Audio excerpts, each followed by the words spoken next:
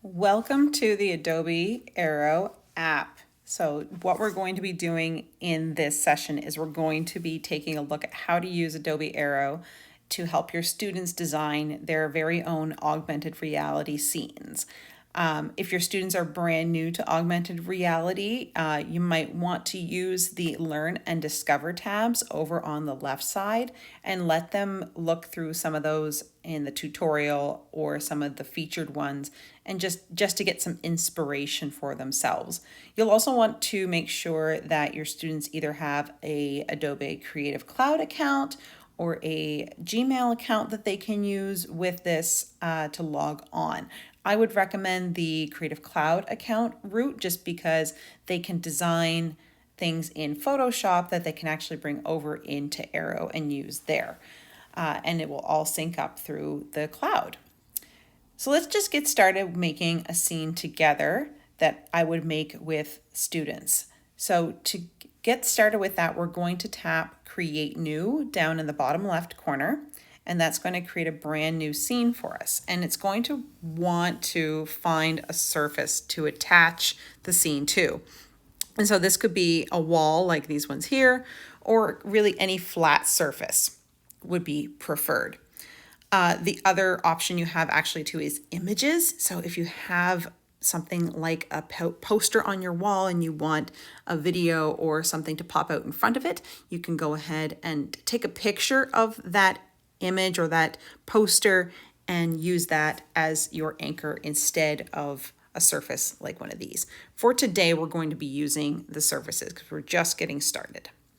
So I'm going to tap in the center because I want to use the flat surface of my desk. And now we can go ahead and start putting different things into our scene. So to do that, we use the plus button down in the bottom left corner. And we're going to use Starter Assets and take a peek inside of this incredible library that's available to us. This is one of the biggest affordances of the Adobe Aero app is that your students do not need to know how to design their own 3D objects and how to animate them because there's a bunch already pre-made in here for them. I'm going to be using the Space Exploration Pack today. And we're going to go ahead and take a peek in there at some of these beautiful assets that are ready to use. If you see any that have the little 3 dots next to them, that just means that they come with an animation package and they have some really fun, cute things that they can do. So let's go ahead and let's place the planet Earth in the center here. And so I can just tap and drop that into my scene. And already, this is one of the biggest gains of using augmented reality is that ability to go in and take a close look at objects that we normally wouldn't be able to look at in such detail. You can have students look at these beautiful mountain ranges of Asia or come over and take a peek at the contrast of the deserts of northern Africa with the really lush green jungles and forests of Central Africa. And so that already is such a powerful tool, but let's take it a little bit further.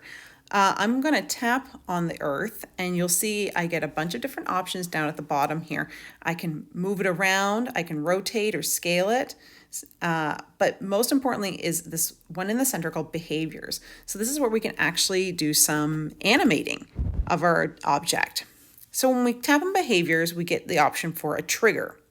So a trigger can be one of 4 different things. It can be on start, so when our scene happens, when someone views it, tap, which would require that they tap on an object to get it going, or proximity enter and exit. And these are brand new, those two, to Adobe Aero just as a few months ago, I believe, where you can actually trigger an action to happen by going closer to an object or moving away from an object. The proximity enter one has some really great potential for creating augmented reality scavenger hunts, where as they get close to an object, it appears or makes a noise or what have you. Lots of really creative options there. I'm going to choose start for this one. And now I can choose action. A wonderful thing about this too is if your students are familiar with block coding, the way that this structures and works with the different triggers and actions, it reminds me so much of Scratch or MakeCode.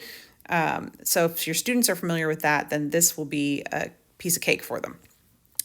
I'm going to choose spin, and I'm going to keep it on the y-axis. And this is another great thing about Adobe Aero is the ability to just seamlessly blend, a history or geography lesson with this beautiful globe in front of us with mathematics, exploring the different axes. It doesn't need a y or x or the z-axis to make it spin the way we want it to, and they could explore that.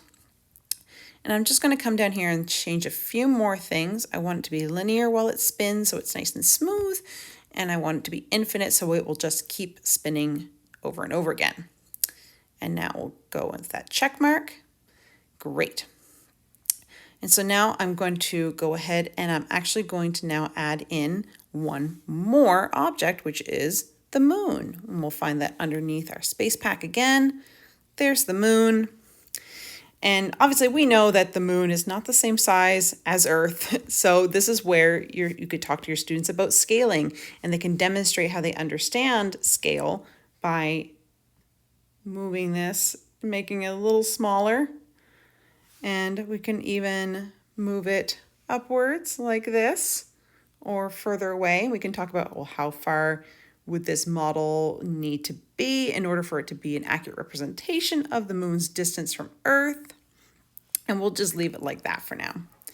And we'll come back to our behaviors. And this time, underneath of Earth spin, if we hit the plus button, I am going to choose orbit.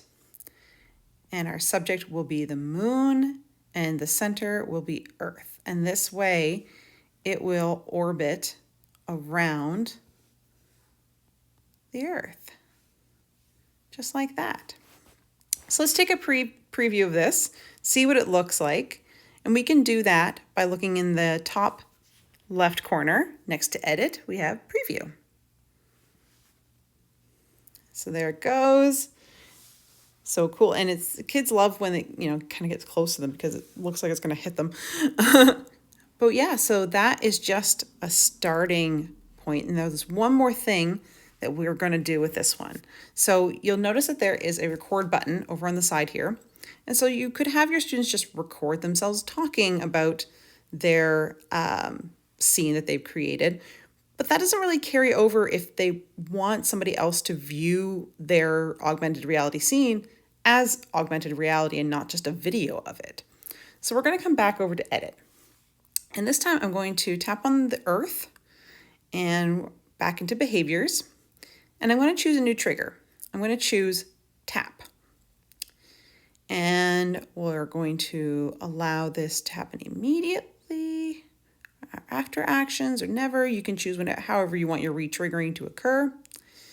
And under actions for tap, I'm going to go with play audio.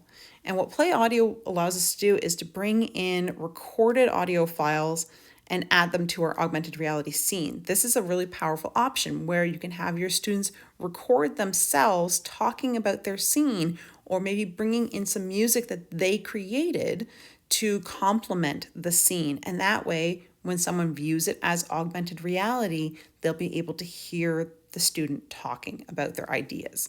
So I'm going to choose play audio. And I'm going to go into my files and I'm going to bring in this copy of Clair de Lune. You can probably guess why.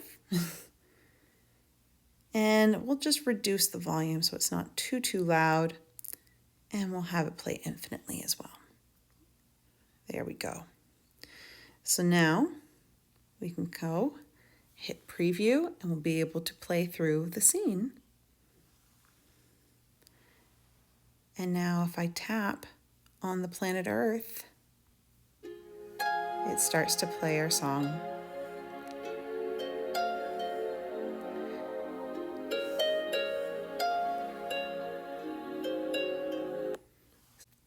So now we want to be able to share this experience with others. So how do we do that? We don't want to just show them a video of it. We want them to experience it.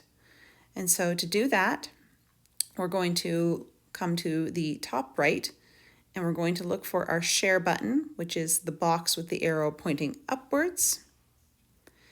And we are going to choose share a link. And when we choose share a link, we'll get this create link button generated. And when we tap on it, It's going to give us two options. One is a URL that will open up our AR experience, and the other one is a QR code. And you can save this QR code to your device or to your preferred cloud storage and share it with whomever you want. They can then use those by either scanning the QR code or opening up the link on their device. It does have to be iPad or iPhone, as Adobe Aero only exists as an app on those platforms right now for mobile device. So share it with them that way, and then they can scan the QR code or tap the link, and they'll be able to experience that AR scene for themselves.